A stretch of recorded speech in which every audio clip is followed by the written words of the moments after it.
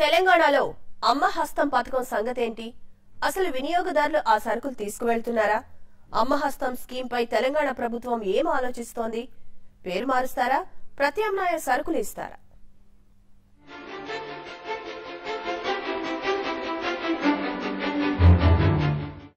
ఉమ్మడి రాష్ట్రంలో కిరణ్ కుమార్ సీఎంగా ఉన్న కాలంలో అమ్మహస్తం పేరుతో 185 రూపాయలకే 9 వస్తువులను రేషన్ షాపులో ఇచ్చేవారు.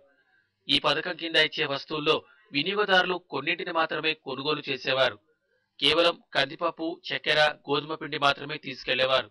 దీంతో మిగతా వస్తువులు నిరుపయోగంగా మారిపోయాయి. అందుకే తెలంగాణ ప్రభుత్వం అమ్మహస్తం పథకంపై దృష్టి పెట్టింది.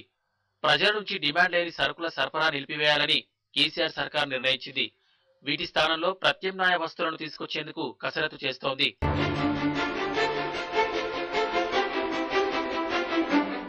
అమ్మహస్తం పథకంలోని 9 వస్తువుల్లో పామాయిల్ రాయితీని కేంద్ర ప్రభుత్వం ఎత్తివేయడంతో సంఖ్య 8కి పరిమితమైంది. వీటిలో కూడా పసుపు, కారం, చింతపండును ప్రజలు కొనుగోలు చేయడం లేదు. గోధుమలు, గోధుమ పిండిలో ఏదో ఒకటి మాత్రమే కొంటున్నారు. అంటే పంచదార, కందిపప్పు, గోధుమ పిండికి మాత్రమే డిమాండ్ ఉంటోంది. దీన్ని దృష్టిలో పెట్టుకున్న సర్కార్ డిమాండ్ లేని సరుకుల స్థానంలో ప్రత్యామ్నాయంగా వీటిని సరఫరా చేయాలన్న దానిపై అధికారులు దృష్టి సారిస్తున్నారు. ఓ దశలో ఈ పథకాన్ని ఎత్తివేసే ఆలోచనలో కూడా ఉన్నారు. అయితే ప్రభుత్వం ఏర్పడగానే అపవాదు వస్తుందని ఆ నిర్ణయాన్ని విరమించుకున్నారు.